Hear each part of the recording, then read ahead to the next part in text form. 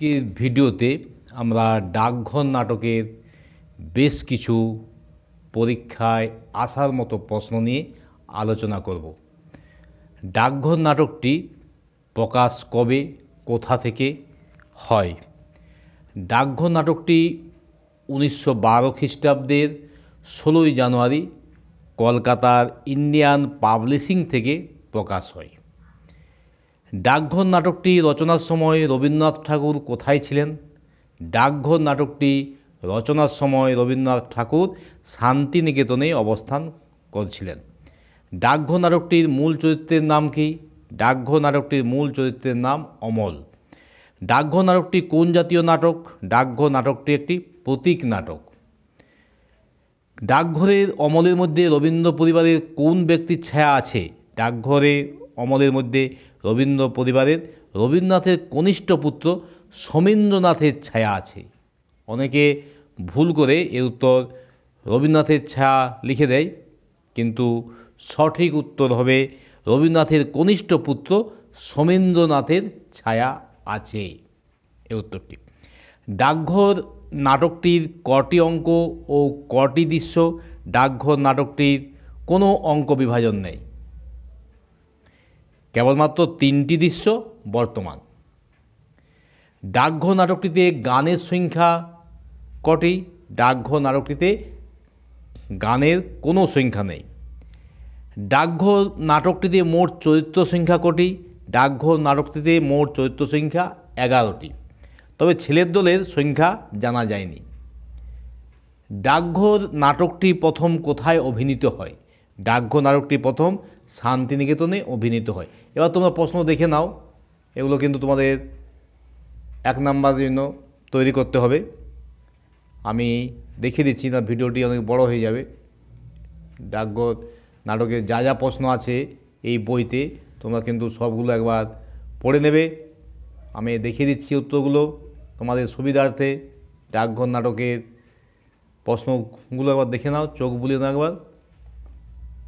ডাকঘর নাটকের মাধব দত্তের পরিচয় যা যা আছে আমি একবার তোমাদের ডাকঘর নাটকের প্রশ্নগুলো দেখিয়ে দিচ্ছি। এবার পরের পেজে যাচ্ছি, দেখো তোমরা দেখে নাও। তোমাদের সুবিধার জন্য আমি দেখিয়ে দিচ্ছি। যাদের কাছে কোনো বই নেই তারা আমাদের ভিডিও থেকে অনেক হেল্প পাবে। তোমরা চ্যানেলের সাথে থাকো, চ্যানেলটিকে সাবস্ক্রাইব করে রাখো। আমি তোমাদের পরীক্ষায় যাতে ভালো ফল হয় তার জন্য আমি সব রকম চেষ্টা করে যাচ্ছি, তোমরা যাতে ভালো মার্ক পাও।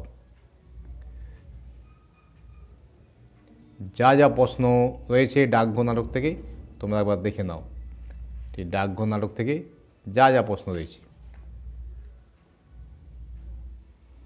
আমি ডাকঘর নাটকের চরিত্রগুলো তোমাদের সাজেশনে দিয়েছি। এই চরিত্রগুলো আসার সম্ভাবনা প্রবল রয়েছে। যেমন প্রহরীর চরিত্র আসার সম্ভাবনা রয়েছে, পড়তে পারে দয়ালার চরিত্র, পড়তে পারে অমলের চরিত্র, পড়তে পারে প্রহরীর চরিত্র। এই চরিত্রগুলো আমি দেখিয়ে দিচ্ছি, তোমরা কিন্তু এগুলো ভালো করে তৈরি করবে। কারণ এই যে প্রশ্নটি ছিদামকে তা পরিচয় দাও।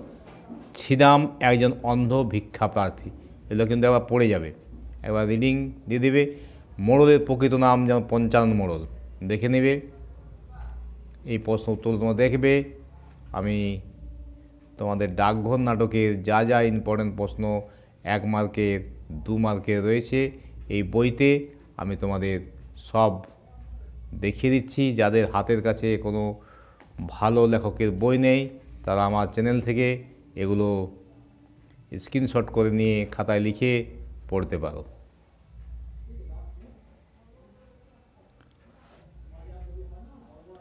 আমি পুরো প্রশ্ন উত্তর দেখিয়ে দিচ্ছি, পুরো প্রশ্ন উত্তর দেওয়ার পুরো বইটি আমি তোমাদের দেখিয়ে দিচ্ছি, তারপর বুঝিয়ে দিচ্ছি কোন প্রশ্নের উত্তর কত দূর পর্যন্ত। এখানে শেষ হয়ে গেল আমার CC11। এবার আসছে চরিত্রগুলো বইটি আমি দেখিয়ে দিলাম।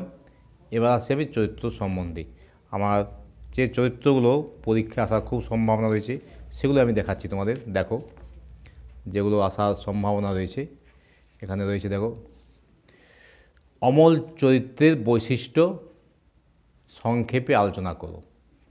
অমল চরিত্রের বৈশিষ্ট্য সংক্ষেপে আলোচনা করো। তোমরা এটা তুলে নাও, আমি দেখিয়ে দিচ্ছি স্থিরভাবে। দেখো, অমল চরিত্রের বৈশিষ্ট্য, ব্যাস। এটা প্রথম পেজটি অমল চরিত্রের, দ্বিতীয় পেজে অমল চরিত্রের এইটুকু রয়েছে। এইটুকু অংশটা দেখে নাও, এইখান পর্যন্ত অমল চরিত্র লিখে নাও। তাহলে অমল চরিত্রটা আমি দেখিয়ে দিলাম। অমল চরিত্রের পরে যে চরিত্র রয়েছে দেখো একবার, এর পরে রয়েছে অমল দয়াওয়ালার চরিত্র। এই যে ডাকঘর নাটকে দয়াওয়ালার চরিত্র, এখানে শুরু করো। ডাকঘর নাটকে চরিত্রের সংখ্যা খুব বেশি নয়, এখানে শুরু হচ্ছে, এবার লিখো, এইখানে শেষ। এতদূর পর্যন্ত দয়াওয়ালার চরিত্র। এরপর রয়েছে দেখো, ডাকঘর নাটকে প্রহরী চরিত্রের গুরুত্ব আলোচনা করো। প্রহরীর চরিত্রটি দেখে নাও, এই আশঙ্কা পর্যন্ত লিখলে তারপরে নেক্সট পেজে লিখে দাও এটি, ব্যাস। এই চরিত্রগুলো ভালো করে করবে। কী কী চরিত্র বললাম? প্রহরীর চরিত্র বললাম, দয়াওয়ালার চরিত্র দেখালাম,